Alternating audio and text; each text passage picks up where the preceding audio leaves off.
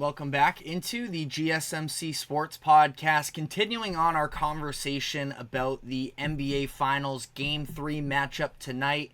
The Dallas Mavericks have opened and have even seen their odds increase in terms of this Game 3 matchup. So we're going to be previewing this upcoming game like we just talked about in the last segment. Kristaps Porzingis, as things currently stand, is listed as questionable as to whether or not he will be available.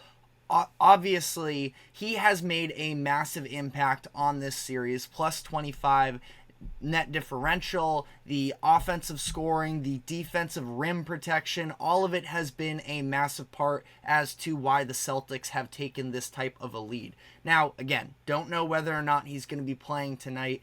Even if he is, we probably won't see heavy minutes for him, probably won't see the exact same version of him. There is a clip of him walking around in the tunnels, and he seems to be pretty healthy, but again, obviously that is a far different conversation as opposed to, sprinting, jumping up and down. And we saw even when he was running the court at the end of that game, after he seemed to tweak his leg, he just did not have the same level of explosiveness. And he's not the number one most explosive athlete necessarily, but at the same time, all of it plays into one another. He can't be a liability on the court in terms of being able to run the floor. So that is sort of what we talked about the other day, that, this Porzingis injury was going to play into the conversation. But even if he doesn't play necessarily, the Mavericks need to be better. There has to be a better level of execution. Now they're going back home. I think that one of the main things you can be optimistic about if you are a Mavericks fan is you have to imagine that the combination of PJ Washington, Derek Jones, if you want to even throw Josh Green in there as well, that the shooting from the three-point line is going to get better. It has been abysmal for them up to this point. Obviously, we know that especially with more inexperienced role players, they play much better at home than they do away. Sort of just a very basic sports philosophy conversation there. But as much as it's going to absolutely help, and we've seen PJ Washington have games where I wouldn't say single-handedly, but specifically when you look back to that Thunder series in the conference semifinals, he was the one who was really elevating that Mavericks team to another level with the shot creation that was absolutely necessary, because the Thunder were right on the Mavericks' tail just about that entire series. And, even looking back, there are probably Thunder fans out there that feel like they should have won that series, and I wouldn't strongly disagree with that case, but ultimately it was PJ Washington, who is a good player, who hasn't necessarily shown up in exactly the same way. Now, he had a better Game 2 performance. He ended up in that game with 17 points. He was 6 of 13 from the field, but again, the three-point shooting just hasn't been great. And even going back to the Western Conference Finals, we've seen him struggling as of late. Now, one thing that I am sort of curious about as well, it's very clear that outside of Kyrie Irving and Luka Doncic, there is very little individual creation from this Mavericks team. I do wonder if that's something that can be rectified a little bit. I've seen PJ Washington, probably mostly so in transition, but even in individual half-court instances, especially when he has smaller defenders on him, be able to drive the lane and get himself good looks at the rim. So I don't know necessarily. Maybe it's with the Celtics because we've seen them play a lot of one-on-one defense throughout this series, which is why we're seeing Luka be able to have these big individual outings, but ultimately the creation for the team as a whole hasn't necessarily been there, because as opposed to the other teams that the Mavericks have faced throughout their postseason run, the Celtics are determined to not let up the corner threes, to let Luka maybe get his individually, but what else is this Mavericks offense going to produce outside of isolation scoring and easy opportunities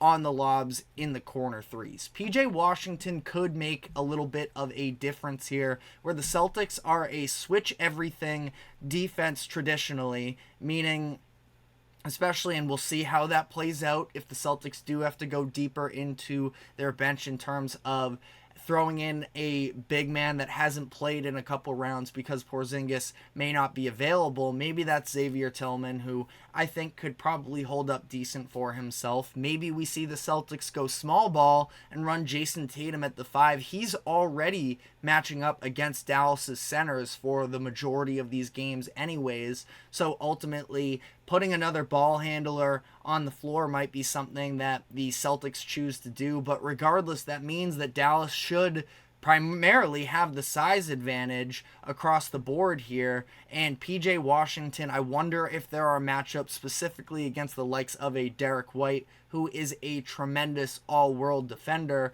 but like any other player that is, 6'3", 6'4", eventually there does come a point where the height becomes a real issue, and I'm not sure necessarily what that is. We haven't seen at all, and definitely if you're Jason Kidd, I understand the risks of also trying to, throw out things that we haven't really seen all year, but I'm curious if there is any sort of a PJ Washington post-up game. Now, again, that's something that just sort of a throwaway comment I'm going to put in there. Could be something that could look as well. Again, the drives themselves are what have been successful, but I'm curious if there's a way to integrate PJ Washington into that offense a little bit more. But I've mentioned all of these different names for the Mavericks. Ultimately, it comes down to the execution of Kyrie Irving, because more so in Boston than at home, it's very, very hard for this Mavericks team to win if Kyrie isn't going to be giving a good enough level on the offensive side of the ball. And we've seen him really struggle up to this point with the inefficiency himself. He's also been, I don't want to fully go calling him a turnstile, but point of attack defense has been miserable for the Mavericks up to this point. And that was a little bit of the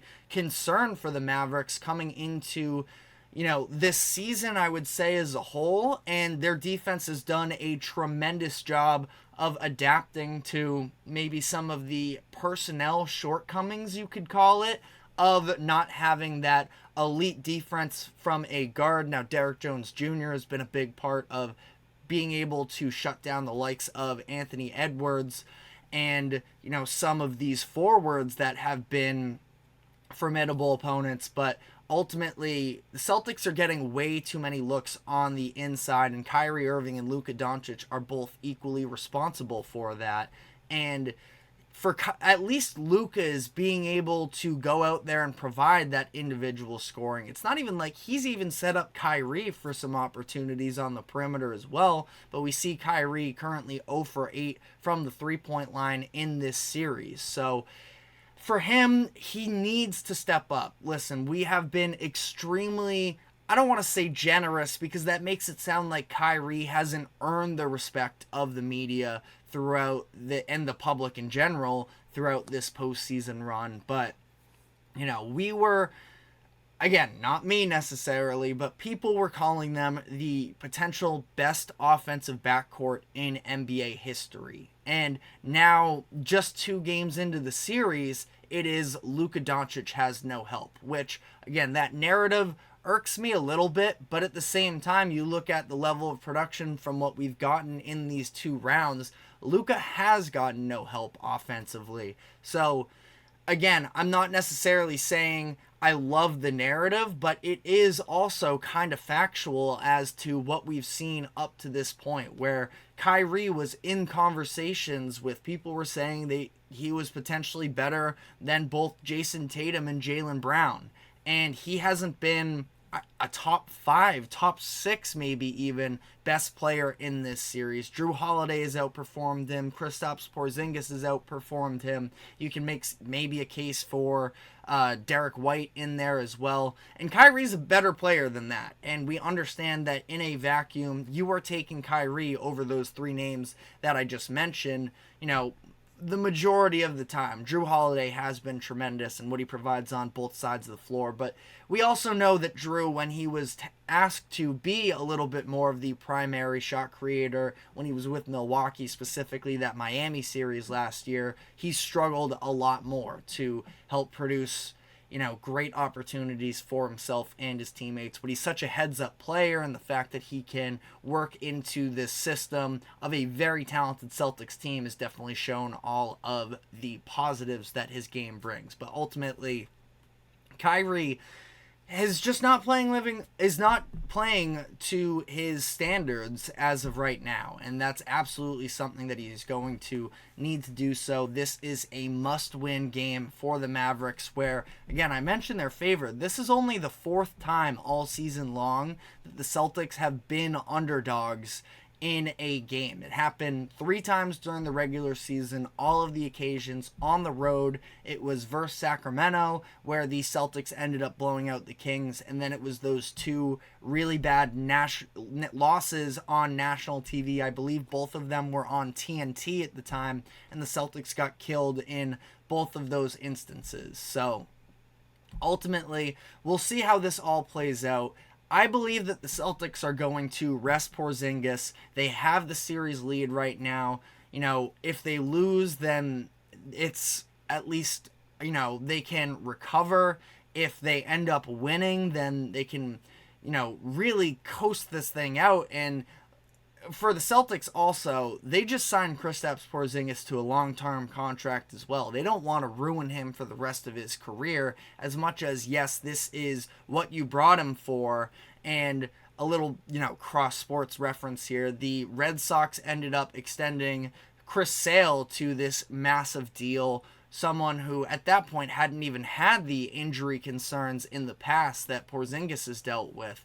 You don't get mad about acquiring the player to win a championship potentially, but then if from there on out the entire contract is plagued with injuries, it's just a bad feeling. And Kristaps Porzingis is going to be a very valuable piece of this Celtics team, not just for this finals, but for as much as everybody has been downplaying how good the Celtics' team has been all year. We are yet to see an NBA champion return to the conference finals in the following season. I believe that it was the Kevin Durant, Steph Curry Warriors, and when they won in 2018, returned to the finals in 2019. That's the last time we've seen a repeat champion put together a conference finals appearance the following season. Porzingis is going to be a massive piece of this Celtics team, where all the top 6 players on the Celtics right now are all under contract at least for next season. So it's a situation where, yes, absolutely, you want to maximize your opportunity at this moment.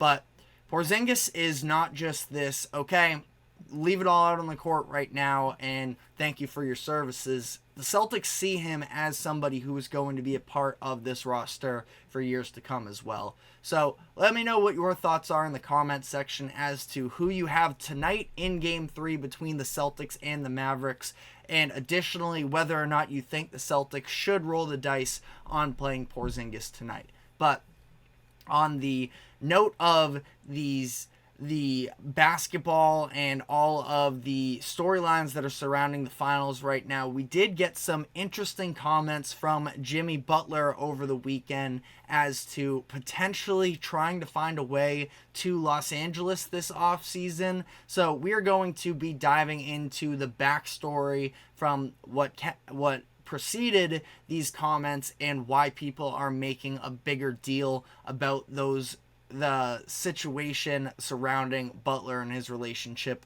with the Heat as things currently stand. So we're going to dive into all of that. But first, a quick break. Don't go anywhere. We will be right back.